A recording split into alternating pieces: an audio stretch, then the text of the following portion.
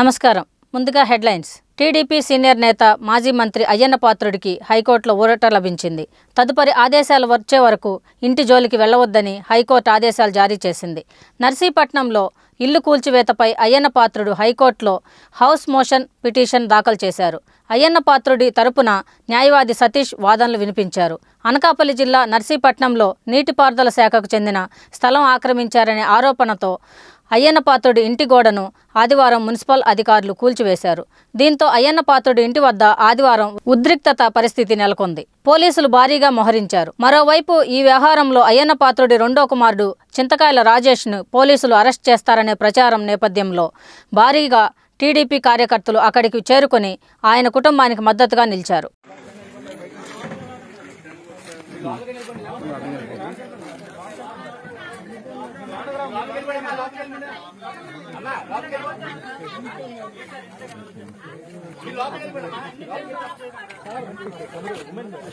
కేంద్ర హోంమంత్రి అమిత్ షాతో ఈటెల రాజేందర్ భేటీ ముగిసింది. సమావేశంలో భాగంగా రాష్ట్రంలోని తాజా పరిస్థితులను అమిత్ షాకు వివరించారు. ఈటెల రాజేందర్ ఇందులో భాగంగా రానున్న ఎన్నికల్లో తెలంగాణలో అధికారంలోకి రావాలని ఈటెలతో అమిత్ షా చెప్పారు. అంతేకాదు తెలంగాణకు ఎక్కువ సమయం కేటాయిస్తానని, త్వరలో తెలంగాణకు మరోసారి వస్తానని ఈటెలతో అమిత్ షా చెప్పారు. కొద్ది రోజులుగా అసంతృప్తితో ఉన్న ఈటెల రాజేందర్కు అమిత్ షా కార్యాలయం నుంచి పిలుపు వచ్చింది. దీంతో ఢిల్లీ వెళ్లిన ఆయన అమిత్ షాతో సమావేశం అయ్యారు. అసంతృప్తితో ఉన్న ఈటెలకు పార్టీలో కీలక బాధ్యతలు అప్పగించే అవకాశం ఉన్నట్లు టాక్ వినబడుతుంది. ఇవాల్టితో వైఎస్ షర్మిల ప్రజాప్రస్థాన యాత్ర 100వ రోజుకు చేరుకుంది. ఖమ్మం జిల్లాలో పాదయాత్ర ముగించుకొని సూర్యాపేట జిల్లాలో అడుగుపెట్టనున్నారు షర్మిల. కోదాడ నియోజకవర్గంలో 100వ రోజు పాదయాత్ర కొనసాగించనున్నారు. సూర్యాపేట జిల్లాలో అడుగుపెడుతున్న సందర్భంగా కోదాడలో షర్మిలకు కార్యకర్తలు ఘనస్వాగతం పలుకుతున్నారు. భోజగూడెం తామరబండపాలెం మీదుగా షర్మిల పాదయాత్ర జరగనుంది. సాయంత్రం 4 గంటలకు కోదాడలో భారీ బహిరంగ సభ నిర్వహించనున్నారు YS Sharmila.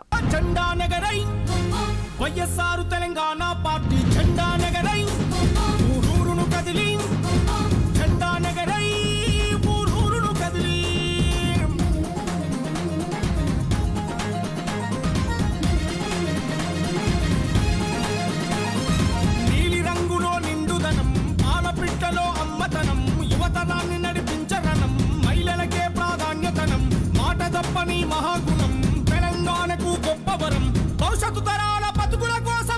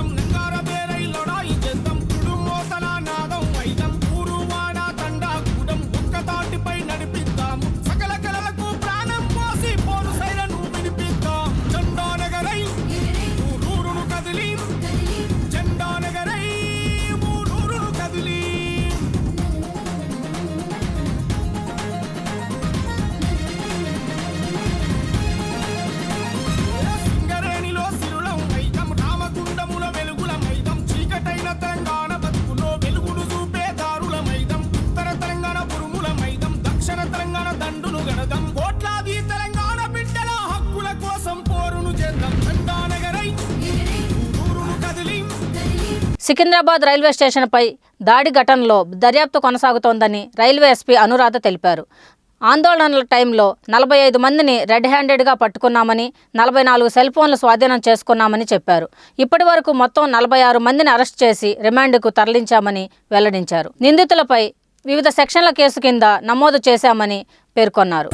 And railway display boards అవన్నీ కూడా బ్రేక్ చేసుకుంటూ ప్లాట్ఫామ్స్ మీద అంతా స్ప్రెడ్ అయిపోయి అక్కడ ఆగి ఉన్న ట్రైన్స్ మెయిన్గా east Coast express, Ajanta express and other trains, Danapur express అవన్నీ కూడా డిపార్చర్కి ప్యాసింజర్స్తో ఉండి డిపార్చర్కి రెడీగా ఉన్నాయి 9:30కి. వాటి కోచెస్ అన్నీ కూడా వాటి మీద స్టిక్స్తో కొట్టుకుంటూ డ్యామేజ్ చేయడం జరిగింది. ఎప్పుడైతే పోలీస్ వాళ్ళని స్టాప్ చేయడానికి ప్రయత్నించిందో వాళ్ళు రైల్వే ట్రాక్ మీదకి వచ్చేసి ట్రాక్ మీద ఉన్న కంకర రాళ్ళని తీసుకొని స్టోన్ పెల్టింగ్ చేయడం జరిగింది. ఈ స్టోన్ పెల్టింగ్లో టోటల్గా 30 ట్రైన్ కోచెస్ డిస్ట్రాయ్ డ్యామేజ్ కావడం జరిగింది. అండ్ స్టాప్ చేస్తున్నప్పుడు పెట్రోల్ పోసి ఒక 4 కోచెస్ని కంప్లీట్గా తగలబెట్టారు. ఈ తగలబెట్టిన దాంట్లో రైల్వే మెయిల్ సర్వీస్ కోచ్ కూడా ఉంది, దాంట్లో చాలా కార్గో ఉంది.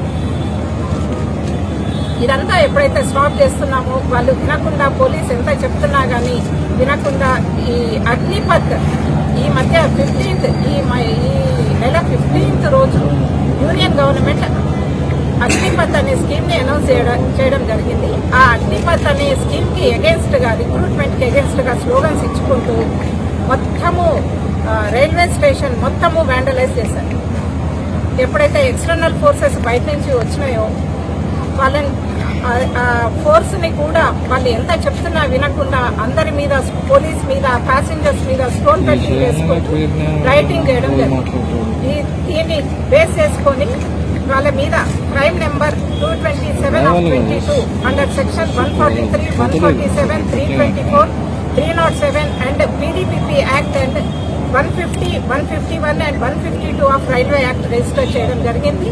అండ్ దీంట్లో పార్టిసిపేట్ చేసిన ఒక 46 మందిని విత్ ఎవిడెన్స్ నిన్న అరెస్ట్ చేయడం జరిగింది. దీని వెనుక ఉన్న మోటివ్ ఏంటంటే వీళ్ళందరూ కూడా ఆర్మీ రిక్రూట్మెంట్ ఆస్పిరెంట్స్. ఈ మాబ్ అంతా కూడా ఒక 2000 మంది వరకు సికింద్రాబాద్ స్టేషన్లోకి ఎంటర్ అవ్వడం జరిగింది. ఈ 2000 మంది కూడా ఆర్మీ రిక్రూట్మెంట్ ఆస్పిరెంట్స్. అయితే వాళ్ళకి ఇంతకుముందే ఫిజికల్ టెస్ట్ అయిపోయింది. చాలా మంది క్వాలిఫై అయ్యారు. దాంట్లో రిటర్న్ టెస్ట్ ఒక 4 to 5 times పోస్ట్పోన్ అయ్యింది. ఎప్పుడైతే ఈ రిటర్న్ టెస్ట్ పోస్ట్పోన్ అయ్యిందో మళ్ళీ ఈ నెల 15th రోజు అగ్నిపథ్ అనే స్కీమ్ అనౌన్స్ చేయడం జరిగిందో ఈ రిటర్న్ టెస్ట్ క్యాన్సిల్ అయ్యింది అని గవర్నమెంట్ అనౌన్స్ చేసినప్పుడు వాళ్ళందరూ ఎడ్యుకేట్ అయ్యి వాళ్ళు ఎక్కడైతే ట్రైనింగ్ తీసుకున్నారో ఆ ట్రైనింగ్ సెంటర్స్ వాళ్ళని అప్రోచ్ అయ్యారు. అయినప్పుడు వాళ్ళు ఏమన్నారంటే ఇంతకుముందే రీసెంట్గా బీహార్లో దీనికి అగేన్స్ట్గా ఒకటి ఇన్సిడెంట్ జరిగింది రైల్వే స్టేషన్లో. అట్లాంటిది చేస్తే ఇక్కడ కూడా సెంట్రల్ గవర్నమెంట్ నోటీస్కి వెళ్తుందని వాళ్ళని మిస్గైడ్ చేశారు. ఈ మిస్గైడ్ చేసినప్పుడు వీళ్ళందరూ కూడా ప్రొవోక్ అయిపోయి అది నిజం అనుకొని వాళ్ళ మాటలు నమ్మి వాళ్ళందరూ కూడా స్టేషన్కి వచ్చి వ్యాండలైజ్ చేయడం జరిగింది. ఇప్పటివరకు అరెస్ట్ చేసింది మాత్రం తెలంగాణ. ఆంధ్ర నుంచి కూడా చాలా మంది వచ్చారని చెప్తున్నారు. ఐడెంటిఫై చేస్తున్నారు, ఎవరెవరు ఉన్నారనేది ఐడెంటిఫై చేస్తున్నారు. అంటే నిజంగా ఆ రోజు మేడం సర్ప్రైజ్ మేడం అంటే ఫైరింగ్ ఎందుకు చేయాల్సి వచ్చింది? మెయిన్ గా ఫైరింగ్ ఎందుకు చేయాల్సి వచ్చింది? దానికి కారణం ఎందుకు? ఫైరింగ్ ఎందుకు చేయాల్సి వచ్చిందంటే ఇది రైల్వే స్టేషన్లో ప్యాసింజర్స్ ఉన్నారు. 3 ట్రైన్స్ డిపార్చర్కి రెడీ ఉన్నాయి. And loco engines full of transformer oil తోటి రెడీగా ఉన్నాయి, అక్కడ పెట్టి ఉన్నాయి. And there is HSD oil also 4000 liters of fuel HSD oil ఉంది. And 3000 liters of transformer oil ఉంది. ఒకవేళ వీళ్ళు కోచెస్ బర్న్ చేసినప్పుడు ఆ ఇంజన్స్ ని కూడా బర్న్ చేయడానికి అటెంప్ట్ చేశారు. ఒకవేళ ఆ ఇంజన్స్ బర్న్ అయితే బ్లాస్ట్ జరుగుతుంది. Because it is transformer oil. Blast జరిగితే చాలా హ్యూజ్ స్కేల్లో ప్రాపర్టీ అండ్ పర్సన్ కూడా లాస్ అయ్యే ఆస్కారం ఉంది. కాబట్టి వాళ్ళని స్టాప్ చేయడానికి ఎయిర్లో ఫైర్ చేయడం. మీరు ఎయిర్లో ఫైర్ చేస్తే మేడం ముందుగా అంటే బాష్పవాయువు ప్రయోగించలేదు, టియర్ గ్యాస్ ఇవ్వలేదు, డైరెక్ట్ ఫైర్ ఓపెన్ చేశారు. ఆ ఫైర్ ఓపెన్ చేసి డైరెక్ట్ బుల్లెట్స్ వాళ్ళ బాడీ నుంచి వెళ్ళిపోయినాయి కదా. మీరు ఓపెన్ ఫైర్ ఎక్కడ చేయడానికి ఛాన్స్ కూడా లేదు, ప్లాట్ఫామ్ కింద మీరు ఉన్నారు. నేషనల్ హెరాల్డ్ కేసులో 4వ రోజుకు చేరుకున్న విచారణ కాంగ్రెస్ నేత రాహుల్ గాంధీ ఈడీ కార్యాలయానికి చేరుకున్నారు. గత వారం రోజులుగా వరుసగా 3 రోజుల పాటు రాహుల్ను ఈడీ అధికారులు విచారించారు.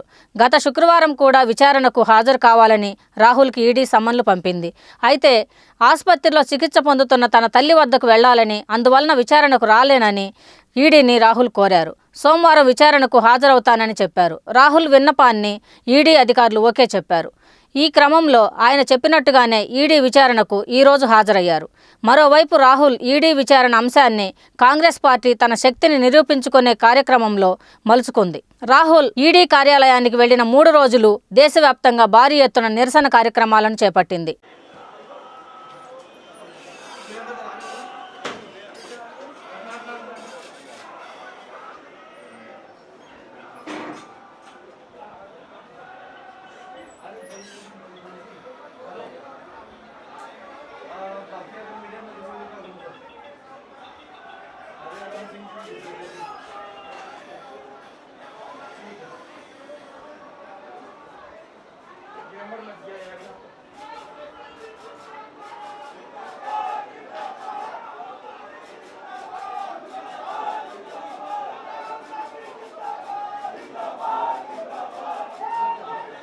సంగారెడ్డి జిల్లా సదాశివపేట మండలం సదాశివపేట బైపాస్ 65వ నంబర్ జాతీయ రహదారిపై రోడ్డు ప్రమాదం చోటు చేసుకుంది. స్థానిక సమాచారం ప్రకారం కర్ణాటక నుండి హైదరాబాద్కు వెళుతున్న కర్ణాటక బస్సు రోడ్డు మధ్య డివైడర్పై మొక్కలు పెడుతున్న ట్రాక్టర్ వెనుక నుండి కొట్టడంతో బస్సు డ్రైవర్తో పాటు 3 తీవ్ర గాయాల పాలయ్యారు.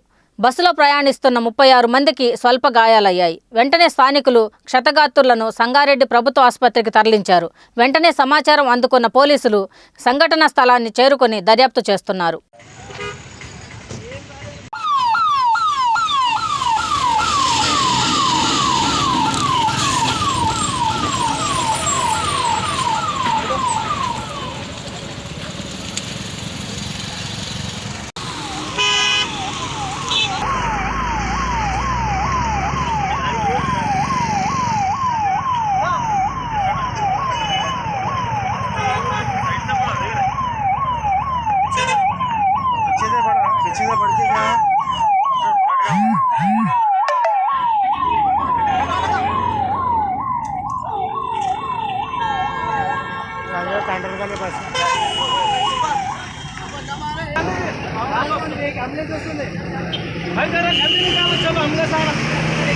చిలకలూరుపేట జాతీయ రహదారి మార్గం గుండా ప్రకాశం జిల్లాకు వెళుతున్న సమయంలో చిలకలూరుపేట పవన్ కళ్యాణ్కు షేక్ హ్యాండ్ ఇద్దామని వెళ్లి గాయాల పాలయ్యాడు. చిలకలూరుపేట పట్టణంలోని వైఎస్ఆర్ కాలనీకి చెందిన తెల్లమేకల శ్రీకాంత్ పవన్ కళ్యాణ్ కలిసి దగ్గరగా షేక్ హ్యాండ్ ఇద్దామని దగ్గరికి వెళ్లగా అభిమానుల మధ్య తోపులాటలో శ్రీకాంత్ అనే యువకుడు కింద పడ్డాడు. పవన్ కళ్యాణ్ కాన్వాయ్లోని ఒక కారు అతని కాలు మీదుగా వెళ్లినట్లు శ్రీకాంత్ తెలిపాడు.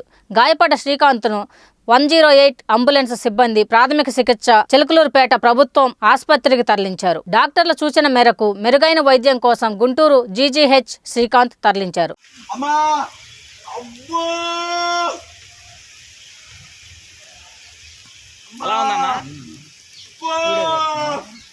వీడియో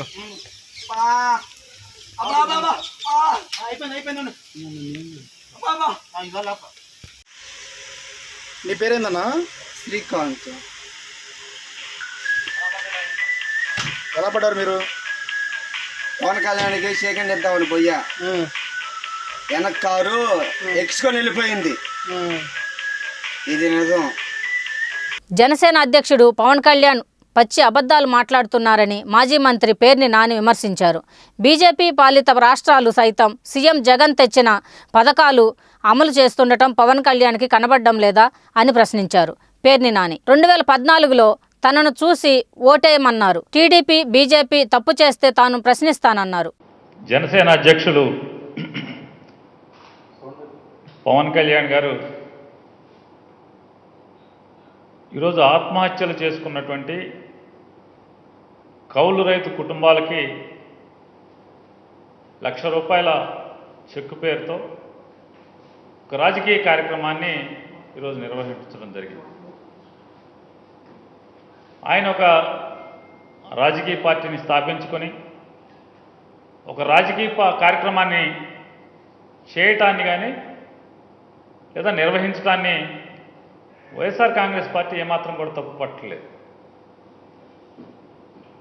కానీ నిజాలు మాట్లాడుతున్నా అనేటువంటి నటనా కౌశల్యంతో పచ్చి అబద్ధాలని వల్లివేయటాన్ని మాత్రమే మేము ఖండిస్తున్నాం.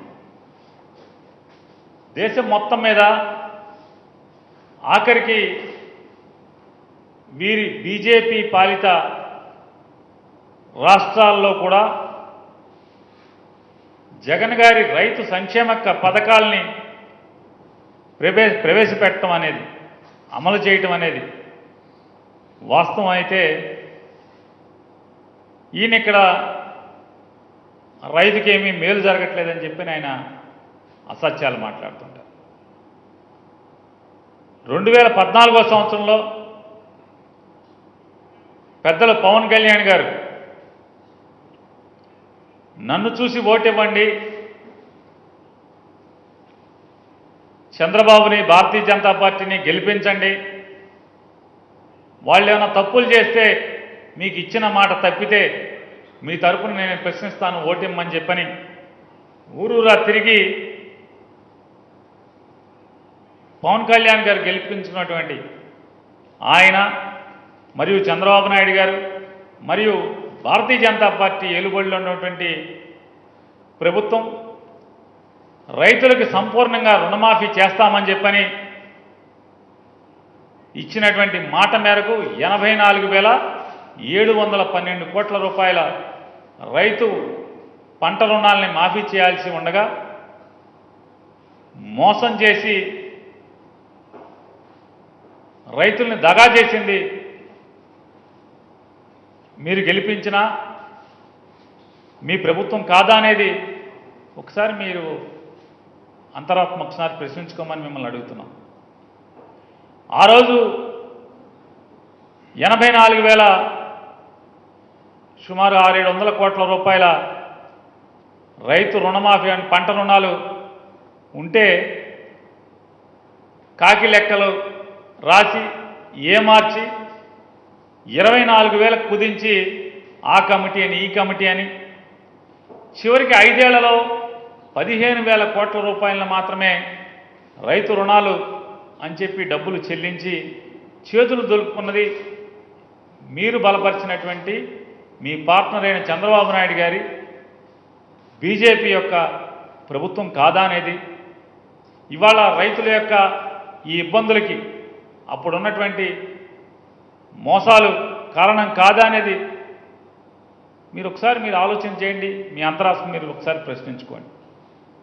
ఏ రోజన్నా ఒక్కరోజన్నా 2014 నుంచి 19 వరకు ఇచ్చిన మాట నిలబెట్టుకోలేదని ఒక్క రోజన్నా మీరు మీ ప్రభుత్వాన్ని ప్రశ్నించారా, నిలదీశారా?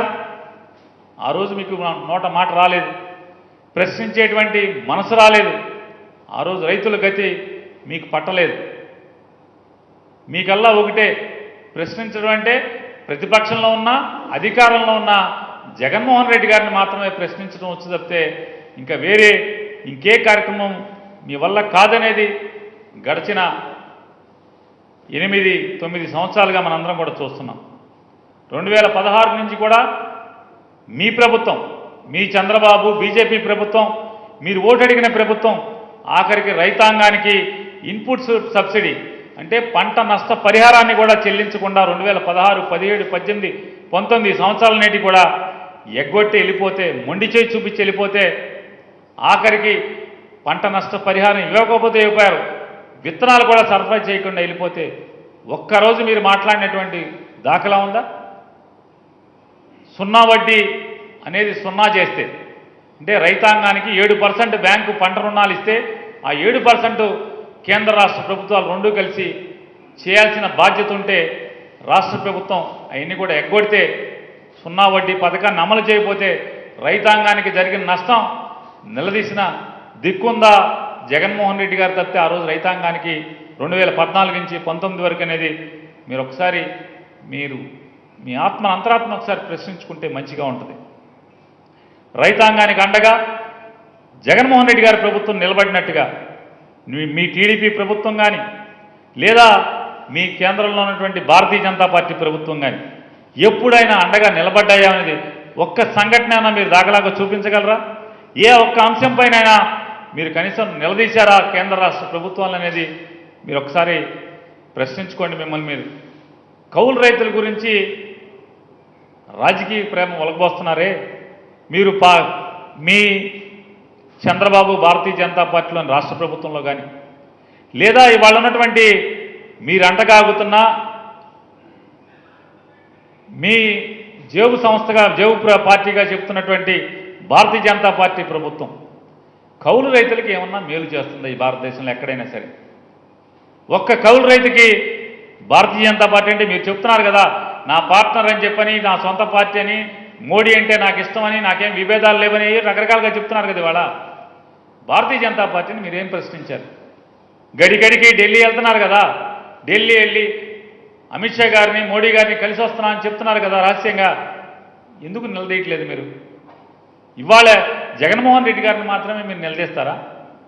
జగన్మోహన్ రెడ్డి గారిని ఇన్ని మేలు చేస్తున్నటువంటి రైతాంగానికి ఇన్ని మేలు చేస్తున్నటువంటి ఈ ప్రభుత్వాన్ని మాత్రం మీరు అసత్యాలతో నిలదీసే ప్రయత్నం చేస్తున్నా అని చెప్పని మాత్రం డప్పాలు కొట్టుకుంటారు. ఇప్పుడు మీరు పార్ట్నర్గా అంటగాగుతున్నటువంటి కేంద్ర ప్రభుత్వం నిర్వహిస్తున్న పిఎం కిసాన్ యోజనలో కౌలు రైతులకు అనేది ఊసుందా? ఎందుకు నోరు తెరవరు? మాట మాటికి వెళ్తున్నామని చెప్తున్నారు కదా మోడీ గారి దగ్గరికి, అమిత్ షా గారి దగ్గరికి. అడగరే ఏమండి పిఎం కిసాన్ అంటే రైతులు కాదు కౌలు రైతులు కూడా ఉన్నారు అని చెప్పని మీరేమైపోయింది? మళ్ళీ ఇంకా మీరు ఎంత ఎక్సెక్కంగా మాట్లాడతారు అంటే కౌలు రైతు కంటే పాస్ పుస్తకం ఉండదని, గుర్తింపు కార్డు ఉండదని అందరికీ తెలుసండి. కానీ జగన్మోహన్ రెడ్డి గారు తెలుసా? అసలు మీకు తెలుసా? ముందు అసలు కౌలు రైతు ఏంటో మీకు తెలుసా? గడిచిన 5 ఏళ్ళు మీరు ప్రభుత్వాన్ని నడిపారు కదా, మీరు మీ పార్ట్నర్ గారు వీళ్ళందరూ. ఏమైంది? కౌలు రైతు గురించి ఒక్క మాట మాట్లాడలేదే. ఏమైపోయారు ఆ రోజు? కేంద్ర ప్రభుత్వం నా లాల్చీ జేబులో ఉందని చెప్తూ ఉంటారు కదా.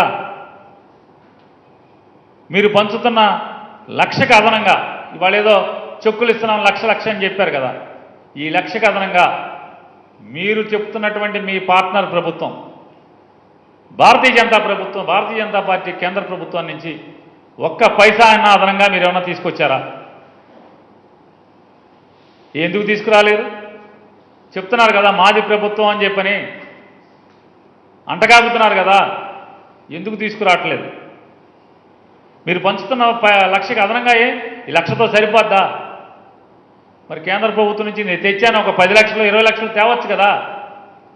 ప్రతిదానికి జగన్ గారిని దోషిగా చూపించే బదులు ఎందుకు తేలేవు? అప్పుడు చెప్పావు కదా జగన్మోహన్ రెడ్డి గారు అధికారం కావాలంటున్నాడు. నాకు అధికారం ఉందా? నేను ఈ పనులు చేస్తున్నాను. మీకు మరి ఇప్పుడు ఎందుకు చేయట్లేదు? ఇవాళ మీరు అధికారం ఎందుకు కోరుకుంటున్నారు? పిఎం మోడీ గారితో నాకు వ్యక్తిగతంగా ఏమి విభేదాలు లేవు. కేవలం మీకోసం అంటే ఆంధ్ర రాష్ట్ర ప్రజల కోసం మాత్రమే నేను తగాదా పడ్డాను. మరి ఎందుకు కలిశారు? మళ్ళీ ఎవరికి చెప్పి కలిశారు? ఏ ప్రజల కోసం కలిశారు? ఏం సాధించారు? 2019 ఎన్నికల తర్వాత ఎన్నికల ముందు మోడీ గారిని భారతీయ జనతా పార్టీని పాచిపోయిన లొడ్లని మోసం చేసిందని దగా చేసిందని చెప్పినటువంటి మీ దృష్టిలో ప్రశ్నించాను నిలదీశానని చెప్పేటువంటి ఇవాళ మీరు ఏ ఉద్దేశంతో మీరు కలిశారు? ఏ మేలు కోసం కలిశారు? ఎవరి మేలు కోసం కలిశారు? కలిసి ఏం చేశారు? ఏం సాధించారు? ఇవాళ మీరేం సాధించారు? Special status సాధించారా? జగన్ గారు మీకు 2019 ఎన్నికలు అవంగా అని చెప్పాడు. మన దురదృష్టం మోడీ గారికి సొంతంగా బలం వచ్చేసింది.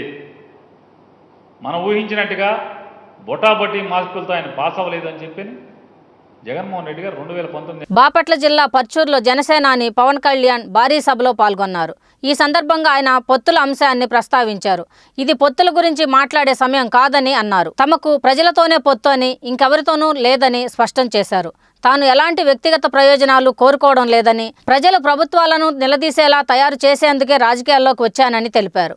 2009లో చెప్పిన దానికే కట్టుబడి ఉన్నానని పవన్ కళ్యాణ్ స్పష్టం చేశారు. ముఖ్యమంత్రి పదవి దక్కకపోతే రాజకీయాల నుంచి నిష్క్రమించేందుకు పార్టీ ఏర్పాటు చేయలేదని వ్యాఖ్యానించారు. ఏ ప్రభుత్వం కూడా కౌలు రైతుని గుర్తించదు.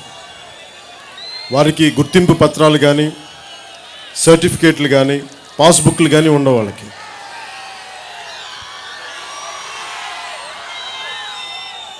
ఇది ఏ గ్రామంకి వెళ్ళినా ఏ ఊరు వెళ్ళినా వ్యవసాయం తెలిసిన సగటు వ్యక్తి ఎవరైనా కౌలు రైతుకి ప్రమాణ పత్రాలు కానీ గుర్తింపు పత్రాలు కానీ సర్టిఫికేట్లు కానీ పాస్బుక్లు కానీ ఉండవని అందరికీ తెలిసిన విషయం, ఒక్క ఈ రాష్ట్ర ముఖ్యమంత్రికి తప్ప.